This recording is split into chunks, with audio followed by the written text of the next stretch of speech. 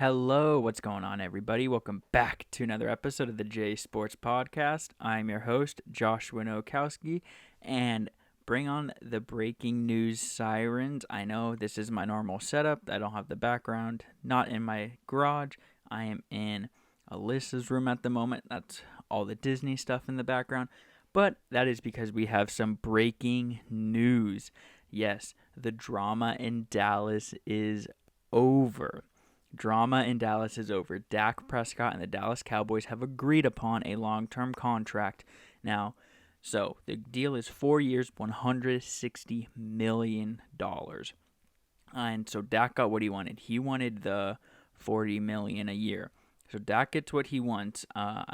So this news is still breaking. So I'm obviously still going to be checking on updates, making sure everything, and seeing new news as it comes in. And I'm going to get this podcast out as soon as I can. So here's what we know about the Dak Prescott deal. Dak Prescott, full terms of the deal. This is from Ian Rappaport on Twitter. 4 years, $160 million, up to $164. No trade clause and no tag provision. The guarantee is $126 million. So that's his guarantee. But the average salary is 4 years, $160, which is $40 million a year. So this is a very interesting contract. I'm very surprised, in my opinion, that Dak got this deal. And that's only because of one reason, and that is that he is coming off of an injury. Very major injury. Missed a lot of the season, so he's coming off of a major surgery, major injury, season-ending surgery. And they're really rolling the dice because he's going to be one of the higher-paid quarterbacks in the league. And I know I saw his signing bonus was up tied with Russell Wilson and Aaron Rodgers for most in NFL history. So absolutely crazy. But yeah, I'm very surprised that this deal got done when it did, only because he had the season-ending surgery, and Dallas seemed like they didn't want to pay him in the first place.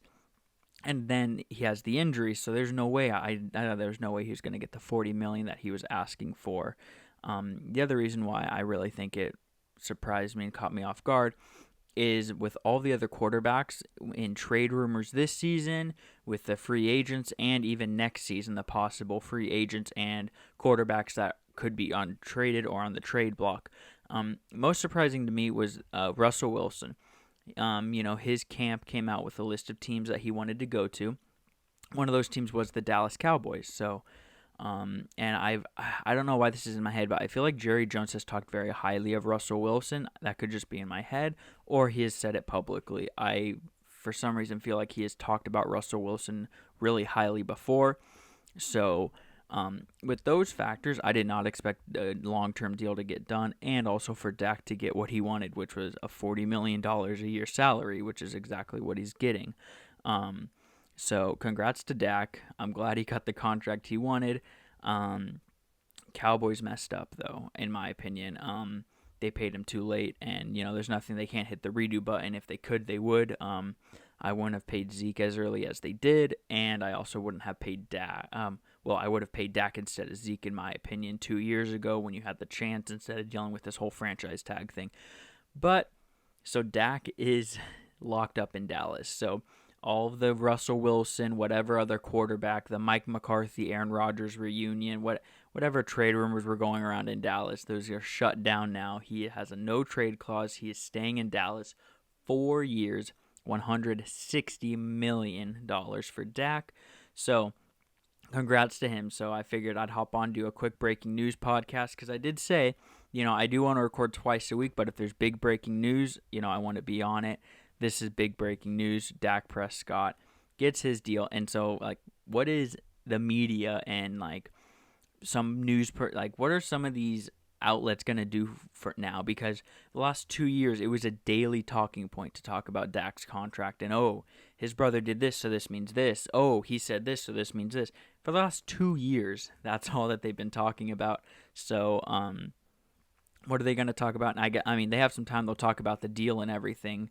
I will say I was listening to Colin Cowherd today, and he was talking with with Joey Taylor, who's on his show, and he said, keep on checking Twitter. Like, he just said, I feel like there's going to be some big news happening. And he was, of course, talking about on his show during the show, obviously, and he said in the coming days. And there it is.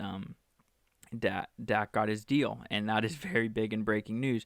But before you listen to before you listen to Colin and Dan Patrick about Dak Prescott, listen to the J Sports podcast, because this will be out before that. I'm hoping to get this out by like 8 p.m., not 8:30 at the latest.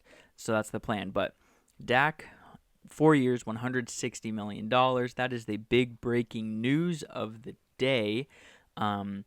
That it came out of nowhere for me. I did not expect it. I was surprised on many levels. I was surprised Dallas was willing to give him the money he wanted coming off of that injury. And I'm surprised Dak did not do the franchise tag one more season and then walk away, which I thought was looking more likely to me. And with all the trade targets, I really did not see this deal getting done. But good for Dak. He got the deal he wanted, and the Cowboys have their quarterback of the future.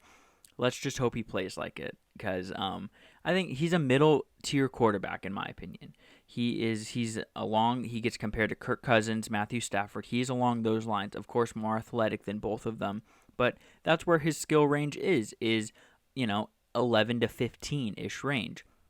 So, but for that money, he's going to have to play like a top 5 to 7 quarterback in the league. So, we're going to see what he's made out of. We're going to see if Dak can play at that level now that he's got his deal. And see if this contract pays off for the Cowboys or not. But Dak gets the deal he wants, and so that's the big breaking news of the day. You know what? While I'm recording, I'm going to go over some other stuff.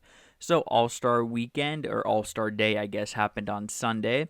And let's go over my predictions. So first in the skills competition, I had Domantas Sabonis winning it, and he got the dub. Winning the skills competition. He took down Julius Randle in the first round, Luka in the second, and then ended the finals by beating Nikola Vucevic. So, good job to Sabonis. I'm happy I got that one right. My 3-point contest. So, originally I picked Steph Curry. Then I switched to Donovan Mitchell on Friday night. And that was a mistake, because Steph won the 3-point contest. But that's okay. So, congrats to Steph. He put on a show. And then in the dunk contest, I picked Cassius Stanley. He was the first contestant out. I thought that first dunk was the best dunk of the night, in my opinion. I thought that first dunk that he did was the best dunk of the night. But he ended up not advancing. So, and the Anthony Simons ended up winning the dunk contest. So, congrats to Anthony. The dunk contest was a little weird being played at halftime. I was not a big fan of it. But I did enjoy the skills competition. I loved the 3-point contest. It was a blast. And then the All-Star game itself, Team LeBron dominated from the start. They won all 4 quarters, ending in winning 170 to 150. I said Team LeBron would win. And I said that Giannis would win MVP. He did. Shot 16 of 16 from the floor.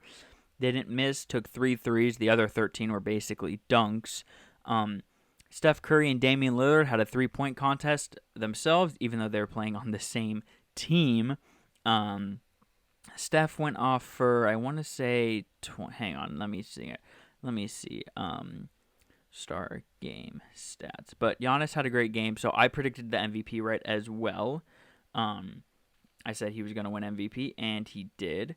So I got Giannis. So out of all the things, I got Sabonis winning the skills competition, and then I had Team LeBron winning the All-Star game, and I had Giannis as MVP.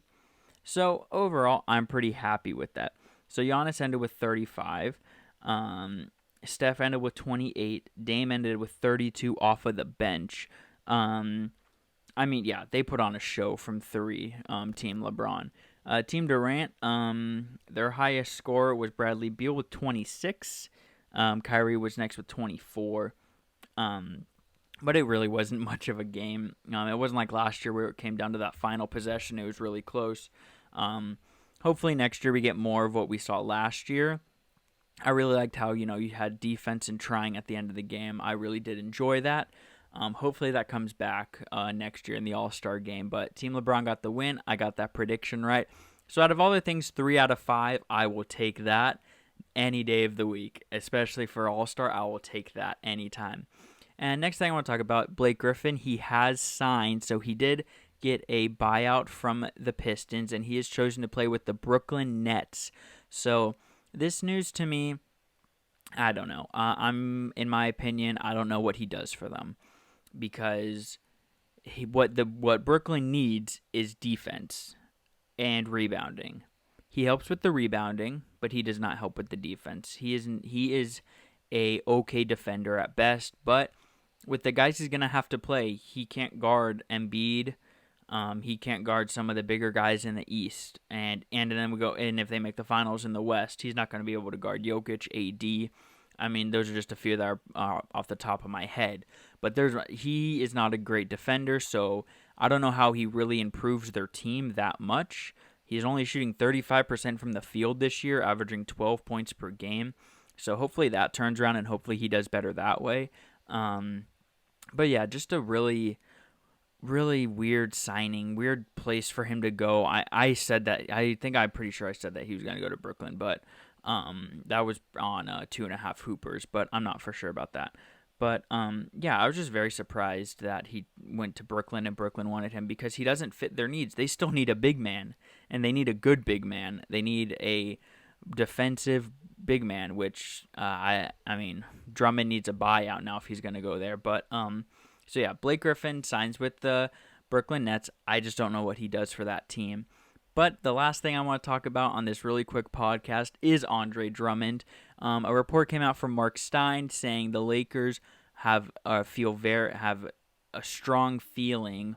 Let me see what the report officially says. I don't want to butcher it or anything, so let me find it real quick.